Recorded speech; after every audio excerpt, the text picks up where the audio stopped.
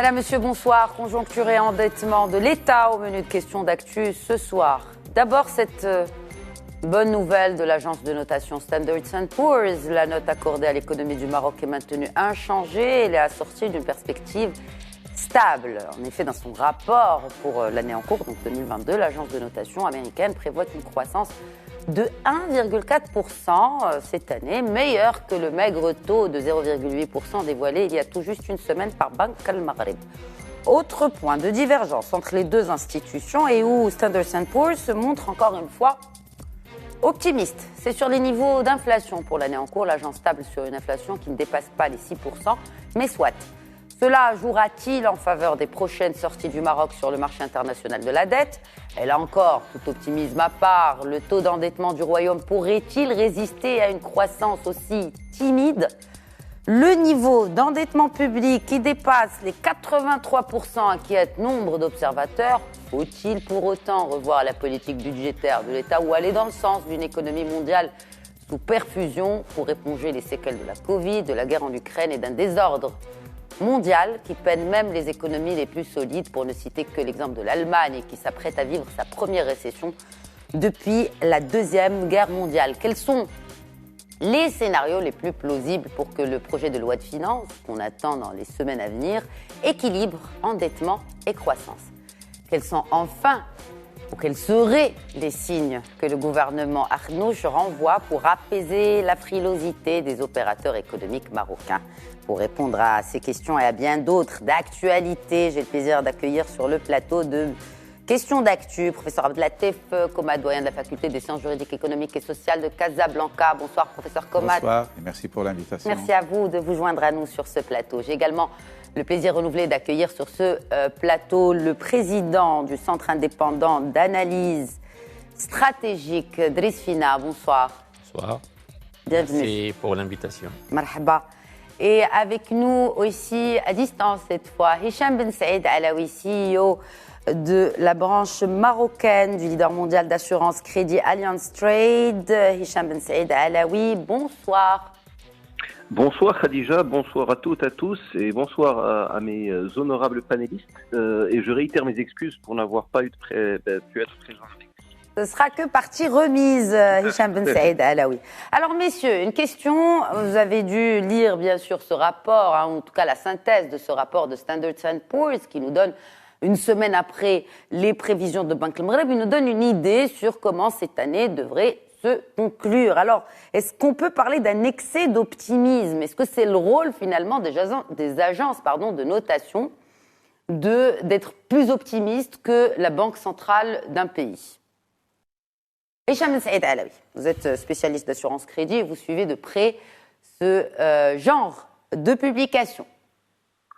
Tout à fait, tout à fait. Moi, pour ma part, je dirais que je n'y vois nullement un excès d'optimisme ou un optimisme béat pour plusieurs raisons. Parce que les éléments relayés et qui soutiennent cette note finale sont particulièrement argumentés et étayés. D'une part, si on devait parler en termes très concrets, très terre-à-terre, que vend le Maroc à un investisseur étranger ou un bailleur de fonds étranger ?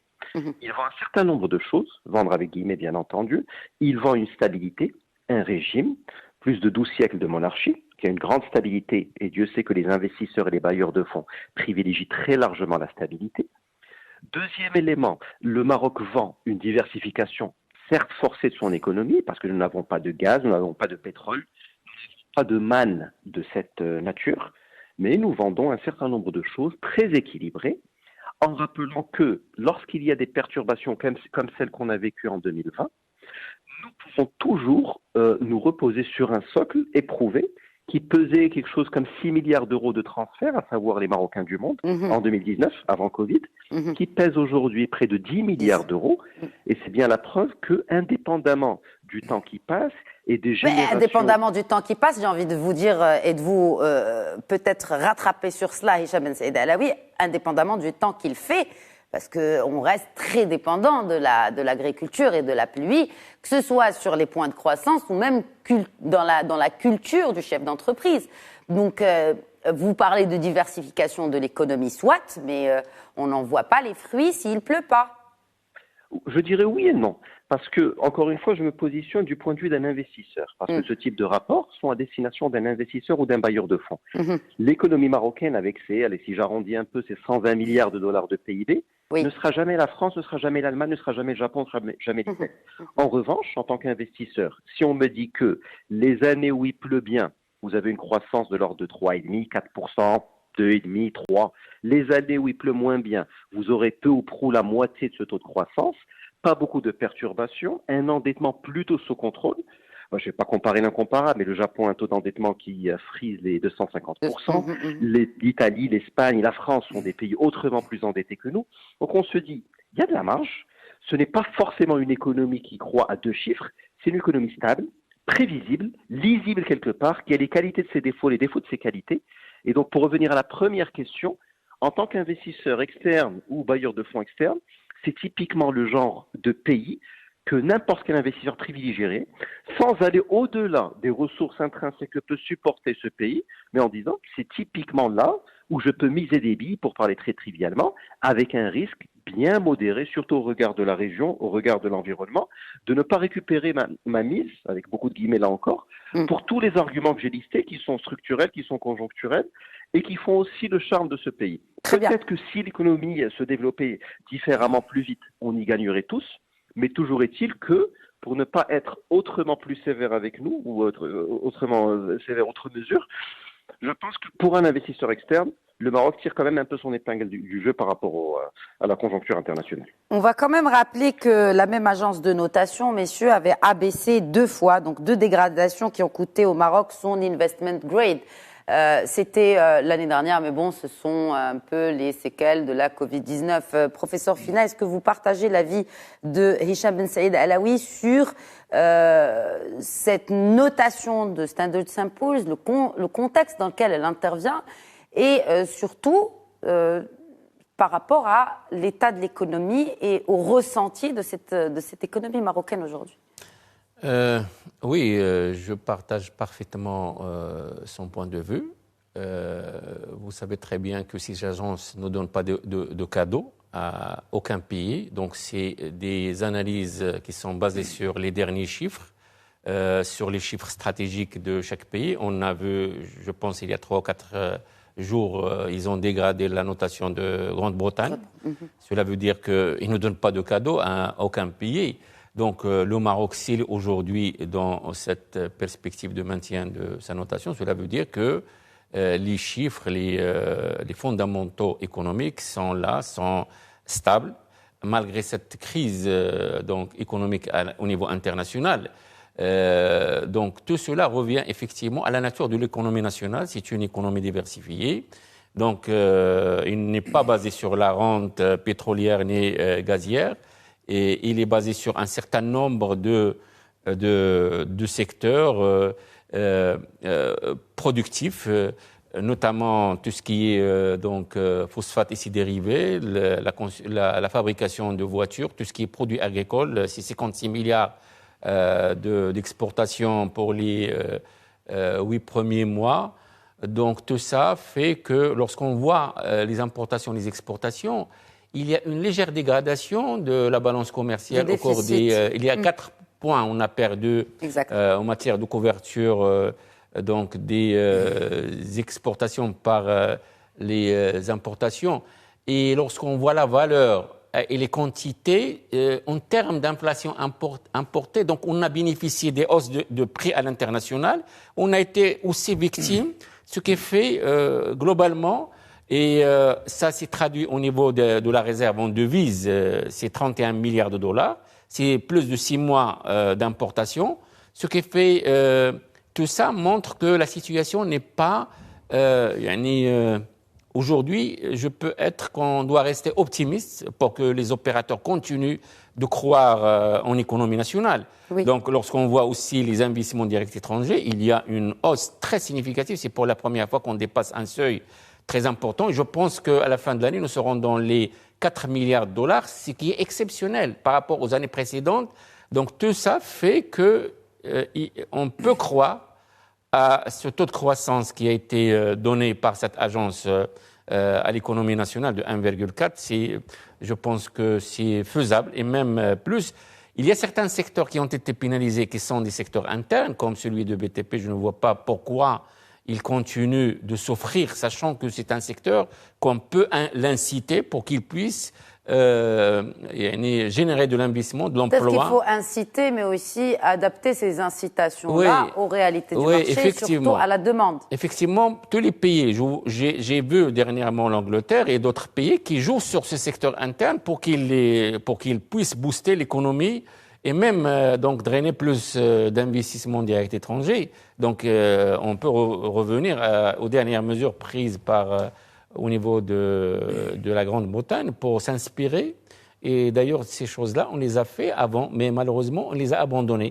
Et on a cette situation actuelle. Donc, ce que je peux dire, que cette notation, il va avec vraiment la situation des grands indicateurs macroéconomiques de notre pays, qui ne sont pas été trop impactés comme d'autres pays. On peut voir l'Égypte, par exemple, où la valeur de leur monnaie s'est dégradée considérablement avec un taux d'inflation. C'est un problème monétaire. Oui, avec un taux d'inflation exorbitant. Au Maroc, tout est maîtrisé aujourd'hui pour le taux d'inflation, et aussi la valeur du dirham par rapport au dollar qui a connu une hausse importante, mais la dégradation est restée très maîtrisée. Et par rapport à l'euro, aussi la valeur est restée stable. Tout cela peut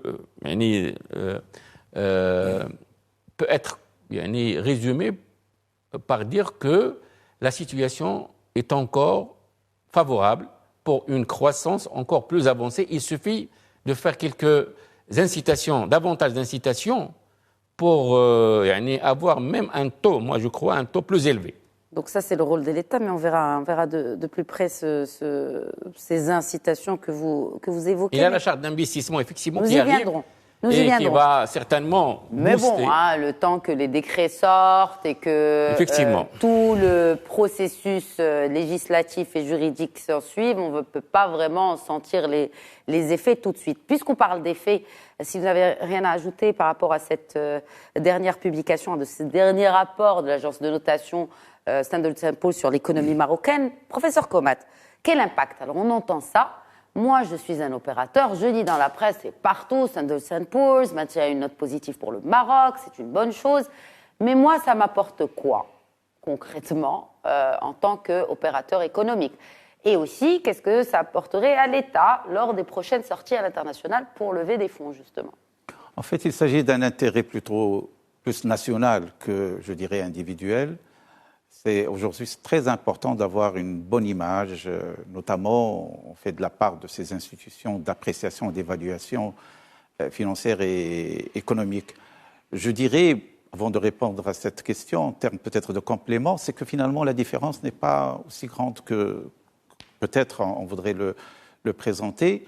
Si on se réfère par exemple à la note de cadrage et d'exécution en fait, de la loi de finances 2023 émise par le ministère de l'économie et des finances la semaine dernière, il table sur un taux de croissance de 1,5%, alors que en fait, cet organisme part de 1,4%. Donc finalement, il n'y a pas beaucoup de différence.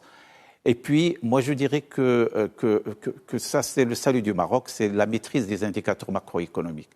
Parce que finalement, comme l'a dit Steven Saïd, c'est ce qu'on vend à l'investisseur. Et il faut le dire, donc c'est Fina, il l'a dit, nous sommes par exemple au niveau de la tranche inférieure en termes de taux d'inflation. Nous sommes aux alentours de 6%, mais en Europe, la France, qui connaît 6%, est vraiment le pays qui connaît en fait le taux le moins élevé en termes d'inflation. Il y a des pays qui sont à 10%, donc Espagne, la maîtrise de l'inflation. Et puis, moi je crois qu'il se base également sur les perspectives. Le Maroc est entré dans une dynamique de réforme. Et donc, ce qui est présenté aujourd'hui comme une force du Maroc, c'est qu'on est en train de réformer. Bien sûr, il y a la couverture sociale, il y a la charte d'investissement, il y a la réforme fiscale. Tous ces aspects-là rentrent en jeu lorsqu'il s'agit d'apprécier, en fait, la solidité financière et économique d'un pays. Il n'y a pas que la situation telle qu'elle est aujourd'hui, mais également, il y a les perspectives. Alors, cela, ce qu'il pourrait apporter au Maroc, bien sûr, il y a les EDE, bon, ça a été dépassé, c'est très important parce que, rappelez-vous, lorsque Sa Majesté avait appelé à ce qu'on donne plus d'importance à l'investissement privé, aujourd'hui qui représente un quart et les trois quarts, c'est l'investissement public. Il s'agit d'inverser. On parle de l'investissement dans sa dimension globale. Les EDE, bien sûr, les investissements étrangers, mais également les investissements nationaux. Et donc, tout ce qui peut être comme un signal positif pour drainer des investissements directs étrangers dans cette perspective de mondialisation, dans cette perspective de redéploiement géostratégique, c'est très important pour le Maroc. Et bien sûr, la deuxième dimension, c'est l'image financière. Parce que le Maroc est appelé certainement à recourir au marché financier international. Il le fait dans des conditions avantageuses tant qu'il a une appréciation de la part de ces organismes d'évaluation, parce que le marché financier en fait octroie des crédits en fonction de l'image des indicateurs économiques et financiers. Le fait qu'il y ait une appréciation, une évaluation positive, c'est à l'avantage bien sûr de notre pays. Alors, vous avez parlé de marché financier, Hicham Ben Saïd Alaoui, j'ai une question. Selon vous, est-ce que le Maroc devrait recourir au marché financier ou aux institutions, comme le FMI par exemple, pour ses prochaines levées de fonds? C'est un choix quelque peu cornélien, mais en fait, pour revenir également à ma réponse à la première question, je dirais que le Maroc a toujours été un excellent élève, un élève très discipliné dans la matière. En termes de critères de convergence de Maastricht, par exemple, si on doit considérer un déficit public contenu autour des 3%, une dette publique contenue à 60% du PIB, une inflation qui ne dépasse pas 1,5% de l'inflation moyenne des États membres de l'Union européenne, par exemple, le Maroc est très certainement plus maastrichtien que beaucoup de pays européens. Mais ça a un pendant négatif aussi. Le pendant négatif, c'est ce qu'ont évoqué mes éminents panélistes, c'est que parfois, il est demandé quelques restrictions à la population ou bien aux entreprises en termes de contribution à l'effort fiscal, en termes de digestion, si je devais utiliser ce terme, d'une certaine hausse des prix.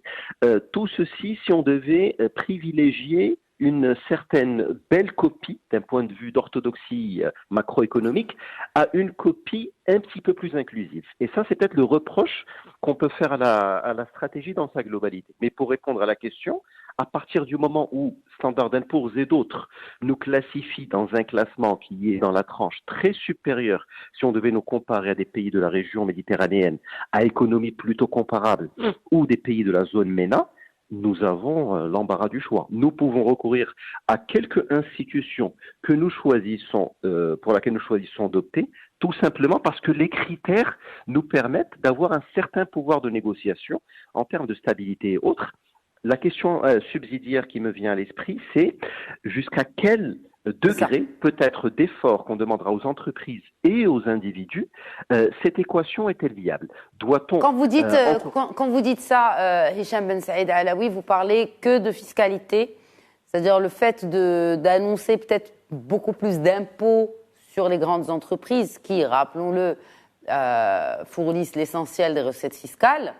Ça risque aussi de freiner cet élan et même voire freiner la croissance. Et ça jouerait l'effet contraire par rapport aussi à cet endettement. Un déséquilibre entre endettement et création de valeur. Pour paraphraser le président Emmanuel Macron qui disait « il n'y a pas d'argent magique ». Il n'y a pas d'argent magique. L'économie marocaine est ce qu'elle est. Et si on veut des fonds, on va les chercher du côté des ménages, du côté de la fiscalité des entreprises et des ménages.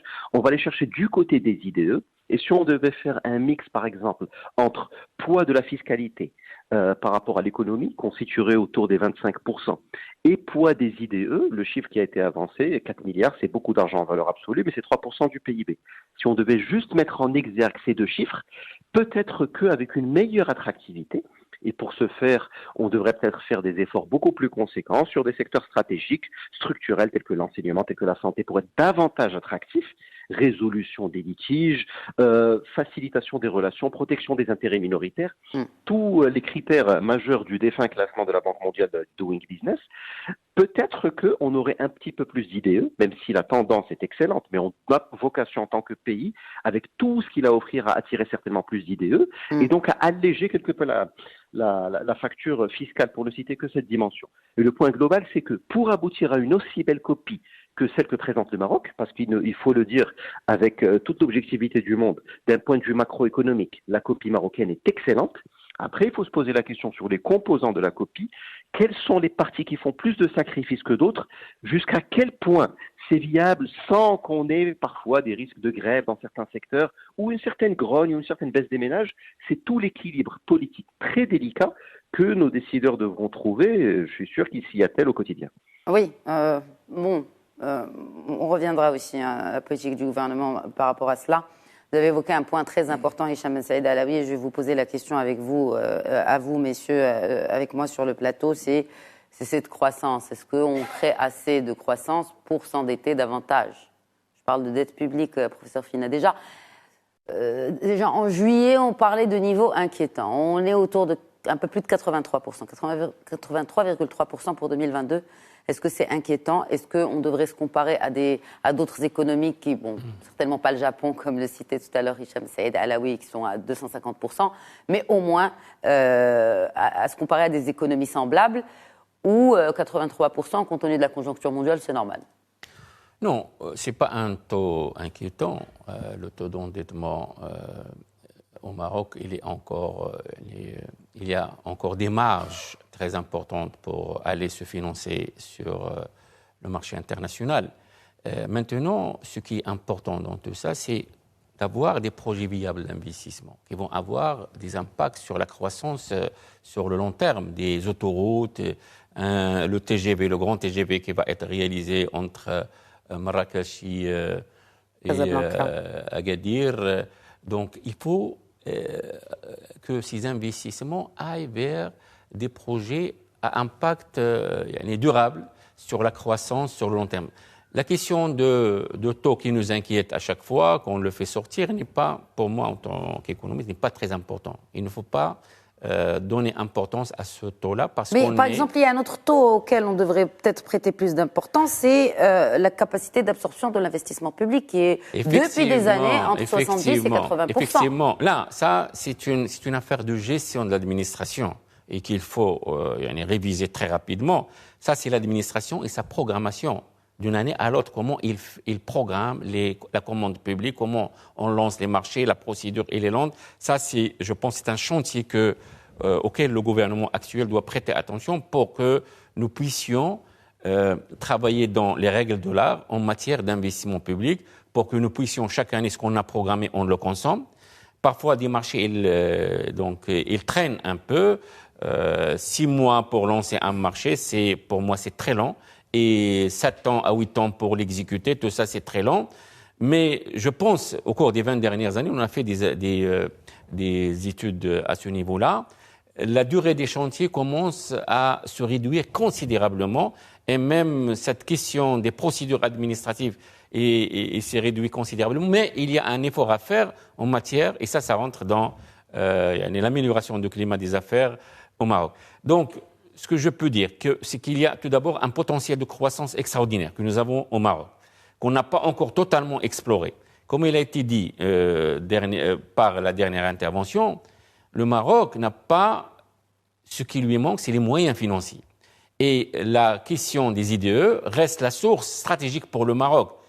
Ici, dernièrement, il y a tout d'abord un gouvernement de relance économique. Donc il a bien montré qui gère encore une crise économique. Oui, qui gère une crise. Et malgré ça, il parle... Non, parce que les débats qu'on voit aujourd'hui, l'augmentation du SMIC, les dialogues avec certains secteurs pour augmenter l'inflation. Donc ça, c'est pour augmenter la consommation. Et d'ailleurs, on la voit lorsqu'on voit les importations et les exportations en termes de quantité. Qu'est-ce qu'on voit? Ce qu'on a importé en termes de quantité, il a augmenté. Et en termes de valeur, c'est-à-dire que la consommation nationale a augmenté significativement par rapport à des années où il n'y avait pas de crise. Donc nous sommes dans une situation de relance aujourd'hui, ce qui est pour moi très important. Et le gouvernement doit continuer dans cet élan, même si la situation encore est difficile, chercher des informations, un financement non conventionnel à travers les IDE. Donc il y a la réforme aujourd'hui de la charte d'investissement. J'ai vu rapidement cette charte-là, il a besoin d'être amélioré davantage, surtout en termes de fiscalité, parce que l'arme redoutable pour drainer plus d'IDE, c'est l'incitation fiscale. c'est les zones franches. Donc, on doit faire plus de zones franches au Maroc. La justice aussi. Je l'ai dit plusieurs fois ici, dans ce plateau-là. C'est la justice aussi. Avant de parler des zones franches, c'est le cadre juridique dans lequel on accueille aussi ces investisseurs. Oui, donc ça vient. Lenteur des procédures et tout ce qui a été cité tout à l'heure par Hicham El Saïd. Effectivement, donc la charte, le projet de charte qui est en cours de débat, il parle de tout ça. Il y a une réforme à terminer parce que notre classement en termes de doing business s'est amélioré considérablement ces 6 dernières années, mais sans qu'il soit accompagné de même amélioration en termes d'IDE parce qu'on est resté stable dans les 3 milliards de dirhams. Mais cette année-là, j'ai vu, malgré la crise, on va aller vers 4,2 milliards de dollars, ce qui est exceptionnel par rapport aux années précédentes. Cela veut dire qu'il y a des messages qui vont vers l'extérieur, des bons messages. Un gouvernement de relance économique, il y a des réformes, des grandes réformes qui sont entamées, il y a la régionalisation avancée, les gens ne suivent pas ce grand chantier de régionalisation. Avec l'achèvement de l'ensemble des régions, ils ont achevé leur strat, ils sont dans leur PDR, c'est-à-dire les territoires commencent à se prendre en charge en termes de développement. Ça, on ne le voit pas très bien parce que c'est un point de plus en termes de croissance qu'on va voir prochainement, ce qui n'était pas avant le cas. Aujourd'hui, c'est les régions qui prennent en charge un certain nombre de secteurs stratégiques. Ils ont leur propre vision aujourd'hui. Encore faut-il qu'ils aient l'indépendance aussi. Et ils doivent avoir les moyens nécessaires. Maintenant, c'est l'autre étape de réforme qu'on doit entamer en termes d'ingénierie financière. On doit passer maintenant de la réflexion, c'est terminé, je pense, après achèvement des strates, pour passer à l'ingénierie financière pour avoir le financement directement. Les régions doivent aussi se prendre en charge en termes de financement. Déjà, j'ai vu certaines régions, la région Faz Meknès qui a pris donc un emprunt de l'IFC. Oui, à l'international, c'est sorti à l'international. On a vu Casablanca, Agadir dernièrement. Il a pris un emprunt aussi pour financer certains projets importants. Donc ça va soulager l'État. Et donc les régions vont se prendre en charge en matière de développement et ça va donner des points additionnels en termes de croissance. Et ça, c'est ce qu'on cherche de cette régionalisation avancée. Très bien. Projet de loi de finances, vous avez parlé tout à l'heure de la note de cadrage, professeur Komat.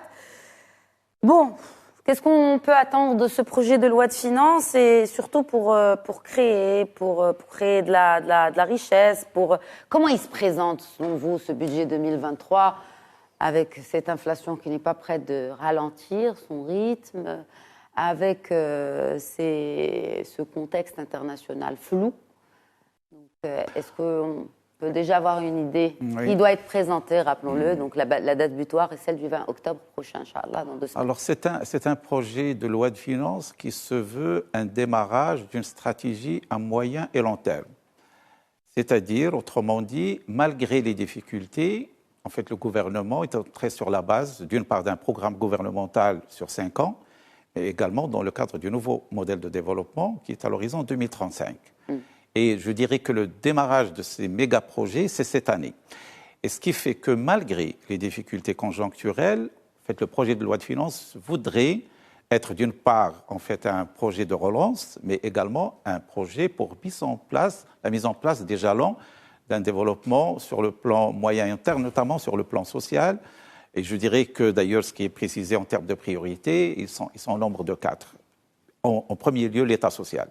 L'État social, d'ailleurs, on le voit à travers la dynamique aujourd'hui, bien sûr la couverture médicale qui est en train d'être parachevée par rapport à l'aspect organisationnel. Bien sûr, il y a la mise à niveau des infrastructures, la mise à niveau humaine qui sont en fait en train d'être programmées. D'ailleurs, hier, il y avait la signature de convention pour justement une mise à niveau des CHE, des 5 grands CHE au Maroc, parce que la question de l'infrastructure est posée. Et puis, il y a la dimension... Ces conventions-là, elles comptent pour l'exercice précédent, pas pour la prochaine loi de finances. C'est pour cette loi de finances. Il y a un budget de 1,7 milliard de dirhams pour la mise à niveau des infrastructures hospitalières. Et bien évidemment, il y a toute la dimension également humaine. Il y a la motivation des ressources humaines, parce que la question notamment de la motivation était très posée pour fidéliser, pour attirer les compétences dans le domaine médical. Donc ça, c'est un volet. Et puis, un engagement à partir de cette année d'entrer dans les prochaines phases, notamment les allocations familiales, la généralisation de la retraite, l'indemnité pour les pertes d'emploi. Il y a tout un engagement ferme et qui se manifeste à travers déjà ce projet de loi de finances. Le deuxième volet, c'est le volet économique. C'est le volet économique avec, bien sûr, le cap sur l'investissement.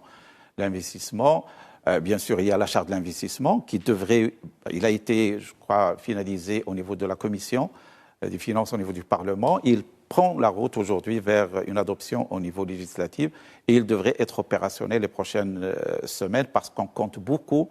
Mais est-ce que le gouvernement dispose, lapsus révélateur, je crois, dispose de marge budgétaire pour mener à bien ces réformes, pour être cet État social dont il a l'ambition. Alors ça, c'est le quatrième pilier. Le troisième, justement, c'est la dimension territoriale. On en a parlé, la régionalisation. Avancée, et le quatrième pilier de cette loi de finances 2023, c'est justement les marges budgétaires. C'est-à-dire le gouvernement est conscient qu'il y a cette contrainte financière et donc il y a un travail à faire, notamment en termes d'optimisation et de rationalisation. Bien sûr, il y a les recettes, il y a les dépenses, il y a un effort à faire en termes de dépenses, mais surtout pour attirer des recettes. Et là, bien évidemment, il y a la réforme fiscale qui est attendue, parce qu'aujourd'hui, il y a la question de la généralisation de l'assiette fiscale, l'optimisation des recettes fiscales, c'est une grande question. Il y a la caisse de la compensation. Vous savez qu'aujourd'hui, l'objectif est de réformer la caisse de compensation pour drainer les ressources qui sont adressées aujourd'hui à la caisse de compensation, qui sont, rappelons-le, de 32 milliards de dirhams pour 2022. On avait programmé encore 16... fini, hein. C'était à fin août. Les 32, c'est pour toute l'année. On a programmé 16 milliards, mais on a rallongé le budget à 16 autres milliards. L'objectif aujourd'hui, c'est que la compensation irait vers des cibles identifiées qui sont dans le besoin, d'où en fait la mise en place de registres sociaux unifiés. Là également, c'est une grande priorité sur laquelle travaille le ministère de l'Intérieur, parce qu'il s'agit d'identifier, il y a un registre social de la population et en fait un registre social unifié qui va cibler les personnes qui sont dans le besoin de manière à ne pas faire bénéficier toutes les composantes de la société de la compensation, ce qui est le cas aujourd'hui, parce qu'il se trouve que la compensation bénéficie de tout le monde. Oui, mais en termes même de fiscalité, excuse-moi de vous interrompre, professeur Komat, pourquoi on ne va pas chercher justement ces financements-là ou ici, c'est dans l'informel? Pourquoi on va taxer davantage les mêmes? En fait, la tendance aujourd'hui, ce n'est pas de surtaxer, la tendance aujourd'hui, c'est une baisse de taux de taxation, qu'il soit au niveau de l'IR, que ce soit au niveau de l'IS. La tendance à venir, c'est de réduire en fait les taux d'imposition et d'élargir l'assiette fiscale et d'aller vers une justice et une équité fiscale. Donc une réforme fiscale dont on en parle, il y a eu ce projet de loi qui a été mis en place, mais sur le terrain, on n'en voit pas la couleur. Je veux dire, la réforme fiscale, c'est bien beau d'en parler, nous en avons parlé des centaines de fois, j'ai envie de dire. En fait, on est arrivé à l'étape d'opérationnaliser tous ces méga-projets. C'est pour ça que j'ai dit tout à l'heure, au-delà de la conjoncture, aujourd'hui, le Maroc s'est engagé sur des réformes. Et en fait, le challenge pour le Maroc, pour l'avenir, c'est de mettre en œuvre, d'opérationnaliser ces réformes. La charte de l'investissement, la réforme des entreprises publiques. On a parlé, vous savez qu'aujourd'hui, le rendement de l'investissement public au Maroc, il est à 50% de son potentiel. Si on le compare aux pays émergents, l'investissement public, il est à 50% de la moyenne au niveau des pays qui sont à un niveau de développement émergent. Donc, il y a tout un effort à faire justement pour rationaliser, optimiser l'investissement public via ces entreprises publiques. Sa Majesté a appelé à la réforme et à travers l'agence aujourd'hui de modernisation de la gestion du portefeuille de l'État. Il y a tout un effort à faire. C'est-à-dire que le cap, il est connu, les réformes sont identifiées. L'enjeu aujourd'hui, c'est l'opérationnalisation, c'est la mise en œuvre. Et donc, c'est à ce niveau-là qu'il doit y avoir... Justement, moi, ce qui m'interpelle, parce que vous avez parlé tout à l'heure d'un projet de loi de finances qui est sur du moyen long terme. Alors, donc, c'est comme ça que l'État envisage, en tout cas, ce budget de 2023. Mais en même temps, il faut opérationnaliser des réformes qui datent déjà d'il y a longtemps. Comment équilibrer ces deux-là? J'ai posé la même question à Hicham Ben Saïd Alaoui, notamment sur cette politique fiscale. Pour moi, le débat sur la fiscalité est un débat central. C'est le nœud gordien de beaucoup de choses. Parce que ça peut être le début d'un excellent cercle vertueux à travers une fiscalité moins importante et donc davantage d'inclusion, c'est-à-dire que même à salaire net égal, si je parle du très micro avant d'aller à plus macro, un ménage aurait plus d'argent, plus d'épargne, pourrait investir plus, pourrait consommer plus, pourrait dépenser plus. Pareil pour une entreprise, quelle que soit l'origine, la nationalité de ses capitaux, que ces capitaux soient marocains ou étrangers. Et ça permettrait vertueusement de drainer davantage de consommation, davantage d'IDE, davantage d'investissements domestiques. Et tout ceci, dans un monde idéal, irait dans le bon sens. Après, sur le sujet fiscal, moi, très modestement, je l'adresserai de deux manières. Il y a pour moi l'amont et l'aval. Il y a une certaine culture qui prévaut dans la tête d'un certain nombre de nos compatriotes et d'un certain nombre d'entreprises marocaines qui consiste à se placer dans une espèce de nihilisme, de dire en gros, mes impôts vont servir à financer un système éducatif, un système de santé dont je conteste les résultats effectifs. Dont je ne profite pas. Vous pouvez le dire, Hicham Ben Saïd Alaoui. Parce que de toute façon, généralement, leurs enfants, ils vont à l'école privée et ils ne vont pas à l'hôpital public pour se faire soigner une angine, quoi. C'est exactement mon point. C'est pour ça que pour moi, en amont, tous les chantiers structurels doivent être menés le plus rapidement possible, qu'on ne se trompe pas de cible, à mon humble avis, en disant c'est un contexte Covid, c'est un contexte post-Covid, il faut mettre un petit peu certaines priorités qui soient différentes. Pour moi, non. Parce que à partir du moment où l'enseignement public redeviendra la norme, où le système de santé publique redeviendra la norme, comme ça pouvait être le cas il y a encore 30 ou 40 ans, ça aura un impact. Est-ce qu'il faut attendre 30 ou 40 ans encore ? Pour le volet amont, une culture ne se change pas en une ou deux générations. Ce serait absolument vous mentir et toutes les expériences ont montré que ce serait complètement artificiel que de penser qu'on peut changer ces mentalités. En revanche, il y a des choses qui sont très concrètes qui sont opérées, notamment l'ICE, l'identifiant commun des entreprises. Ça a un impact direct sur les déclarations fiscales. Parce que très concrètement, les entreprises les plus structurées déclarent très concrètement les flux avec les entreprises flaguées, si on utilise cet anglicisme, par leur ICE, et ces mêmes entreprises, en cas de contrôle fiscal, si un contrôleur ou un inspecteur fiscal ne retrouve pas en achat ce qui a été le chiffre d'affaires du fournisseur, il y aura un problème et il y aura un redressement avec un certain nombre de contrôles informatiques, etc. Donc moi, pour répondre à ce point, pour moi, il est central, s'il n'y a pas davantage d'équité fiscale, notamment à destination des salariés, des employés, des fonctionnaires qui ont un système de fiscalité retenu à la source, contrairement à un système déclaratif pour d'autres, tant qu'il n'y aura pas cette prise de conscience culturelle que il est important de payer ses impôts pour qu'on puisse financer un système social, un système de santé, un système d'enseignement, une justice qui fonctionne à plein, d'où l'importance des réformes. Entre-temps, je pense qu'il faut un petit peu plus de volontarisme à travers l'ICE, à travers des mesures qu'on pourrait qualifier un peu de droite, c'est-à-dire un peu plus volontariste sur l'aspect sanction en cas de manquement aux obligations fiscales et autres. Et c'est ainsi que je pense que le faisceau se réduira vers quelque chose de très positif. D'un côté, changer les mentalités, mais ça prendra du temps. Et en attendant, qu'on soit un peu plus coercitif, un peu plus répressif auprès des mauvais élèves, et il y en a, il ne faut pas se mentir, pour qu'on puisse converger vers quelque chose de cohérent. Mais d'ailleurs, les recettes fiscales étaient orientées à la hausse et les contrôles fiscaux aussi, pour l'exercice passé, Hicham Ben Saïd Alaoui. Alors, Driss Fina, vous vouliez rebondir peut-être sur cette question centrale qu'est la fiscalité ? Effectivement, parce que à chaque fois, donc, il y a des débats sur cette question de fiscalité, mais il y a eu même des assises, on les a oubliées, de 2019. Mais je pense qu'il faut avoir le bon sens pour ce sujet-là. Tout d'abord, nous sommes dans une forte pression fiscale au Maroc. Nous sommes si je prends tout ce qui est fiscalité, parafiscalité, parce que les gens ne savent pas qu'il y a 66 taxes parafiscales, de 13 aux 14 milliards de dirhams, en plus de tout ce qui est fiscal. Et dans la fiscalité, lorsqu'on analyse sur le très long terme la structure de la recette fiscale, on voit qu'il y a un basculement vers tout ce qui est taxes indirectes. Et les taxes indirectes sont payées par tout le monde. Il n'y a aucun Marocain qui échappe au prélèvement fiscal, soit à travers les douanes, parce qu'il y a tous les produits importés. Il y a une bonne partie qui est importée, ils sont taxés au départ. Puis, il y a la TVA.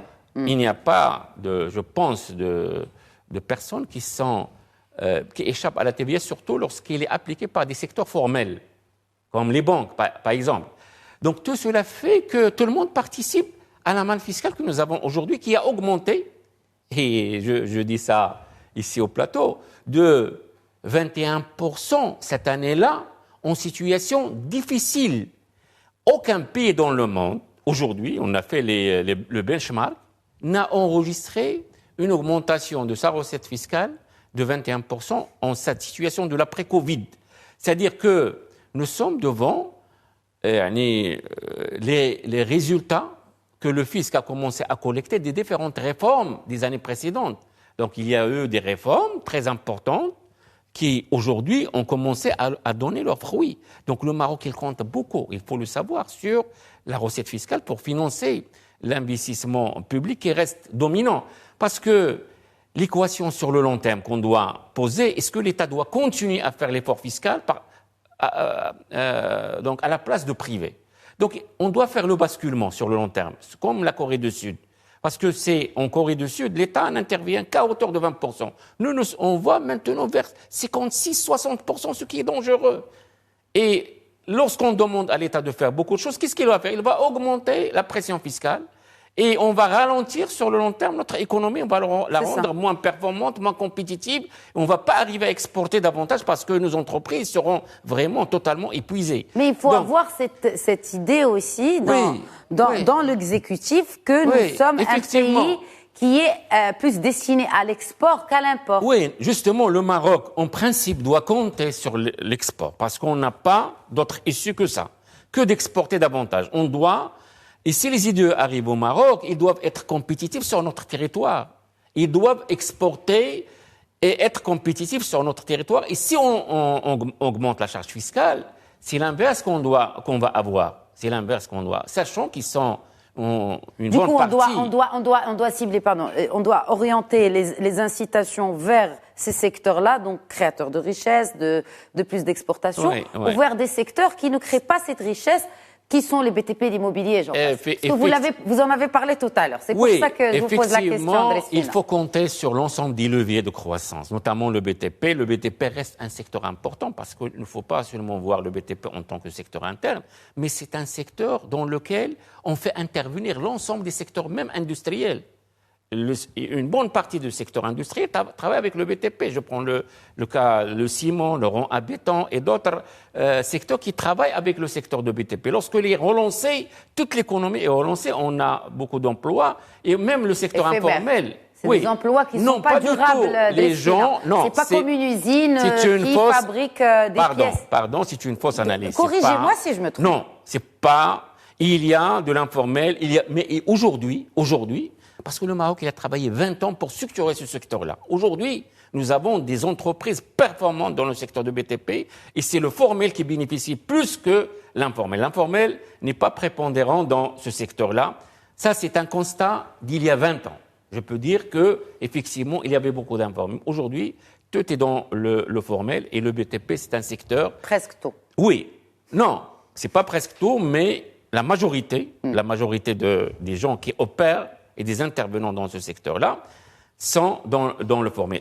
Une autre chose, c'est qu'aujourd'hui, lorsqu'on voit la structure des IDE qui arrivent au Maroc, 35% arrivent pour le BTP. C'est-à-dire qu'il ne fait pas seulement tirer les investissements internes, mais aussi il draine beaucoup d'achats de l'immobilier. Et vous savez que dernièrement, il y a 4 semaines, la réforme fiscale entamée par la Grande-Bretagne à ce niveau-là, c'est pour drainer les investissements dans le secteur de l'immobilier. Ils ont baissé, ils ont donné beaucoup d'avantages aux étrangers qui veulent acheter des logements en Grande-Bretagne. Mais ça, c'est à cause du Brexit, parce que les logements ont été libérés par les gens qui habitaient, effectivement. Et le Maroc, il a cette capacité de drainer beaucoup d'investissements dans le secteur de BTP. L'Espagne, à titre d'exemple, il réalise 72 milliards d'euros dans ce secteur-là. Nous, ça ne dépasse pas 1 milliard d'euros. Donc, il y a un potentiel extraordinaire qu'on peut faire seulement à ce niveau-là. Il y a d'autres potentiels qu'on peut les évoquer par la suite, si vous voulez bien. On fera certainement une émission sur les BTP. Oui, effectivement. Bon, messieurs, dernière question, perspectives pour 2023. On a parlé de 2022, les perspectives pour 2023, avec bien sûr cette note de cadrage du projet de loi de finances. Il faut bien sûr, on a parlé tout à l'heure de la charte de l'investissement, on ne va pas attendre grand-chose avant la fin 2023. Mais soit, qu'est-ce qu'on peut attendre de 2023? Je commencerai par vous, professeur Komat. En fait, ce qu'on peut attendre, c'est de revenir à un taux de croissance qui pourrait contenir ces défis, qu'ils soient économiques, qu'ils soient sociaux. Maintenant, ce qui est prévu, et d'ailleurs c'est le mal du Maroc, c'est en fait, on aspire à avoir un taux élevé de croissance, mais également régulier. Le problème, c'est qu'il est irrégulier. Et l'irrégularité, elle est essentiellement due au secteur de l'agriculture. Vous savez qu'il y a des bons énormes. On a augmenté entre 20 et 21 de 18%. On a, en fait, on est revenu aujourd'hui à moins 13% par rapport à 2021, par rapport à ce secteur-là qui impacte le taux de croissance moyen. Parce que si on voit le taux de croissance hors agriculture, nous sommes entre 3,5 à 3,8% régulièrement, aussi bien cette année que l'année dernière, que ce qui est prévu pour 2023-2024. Donc l'enjeu, c'est au niveau de l'agriculture. Donc il devrait y avoir en fait peut-être une restructuration de ce secteur parce qu'il pompe... Vous voyez des signes avant-coureurs de cela? Est-ce qu'on voit aujourd'hui des signes par l'exécutif de ce changement de paradigme et notamment de changement du modèle économique agricole marocain? En fait, aujourd'hui, il s'impose comme une priorité stratégique. D'une part parce que, en fait, c'est un secteur hautement, je dirais, stratégique, social, parce que autant peut-être il contribue à hauteur 14-15% au niveau du PIB, mais au niveau de la population active, c'est 40%. Oui, donc c'est un secteur très important. Aujourd'hui, il y a la problématique de l'eau qui est posée. C'est également un grand enjeu qui aujourd'hui s'impose, même au niveau des projections, au niveau de la loi de finances. On en parle de plus en plus. Il y a la question du dessalement de l'eau, il y a la question de traitement des eaux usées. C'est un secteur, en fait, tout ce qui est développement durable s'impose avec force. Donc, nous sommes obligés d'avoir une réflexion profonde sur le secteur. Il y a des signes, en fait, il y a une prise de conscience. Maintenant, il faut vraiment des opérations très profondes sur ce secteur. Et concrètes, surtout concrètes. Effectivement. Alors, par rapport à 2023, ce qu'on espère, parce que, en fait, les projections en termes d'agriculture, on est passé de 103 millions de quintaux à 32 millions de quintaux. Aujourd'hui, l'objectif, c'est 75 millions de quintaux. Ce qu'on espère au moins une moyenne, en fait, une année moyenne en termes d'agriculture. C'est très important. Par contre, en fait, il va falloir continuer parce qu'il faut dire qu'on a été performant au niveau des exportations.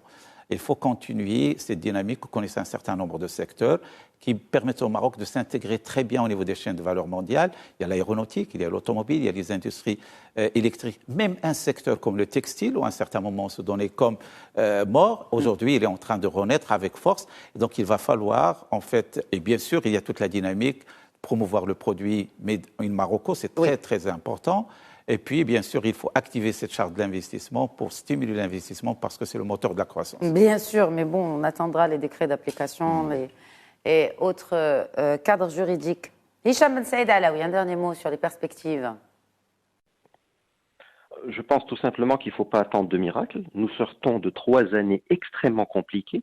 Une année où nous avons décru de 7% pour rattraper peu ou prou ce que nous avions perdu l'année suivante, c'est-à-dire 2020-2021.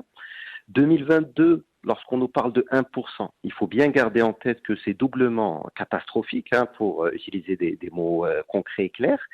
Tout d'abord parce que quand nous étions à 3,5, 4,4% de croissance, ce n'était pas suffisant pour résorber les courbes du chômage, de l'endettement public, même pour retourner, le cas échéant, la courbe de l'inflation, pour relancer les exportations. Et là, la politique monétaire, est-ce que le dirham est trop évalué par rapport à la puissance économique marocaine? C'est un vaste débat très philosophique qu'on peut avoir par la suite. Donc c'est doublement catastrophique d'une part pour cette considération, c'est-à-dire 1% c'est très faible, sans occulter, c'est le deuxième composant, l'impact inflation. Parce que très basiquement, inflation signifie hausse des prix, c'est hausse des chiffres d'affaires des entreprises.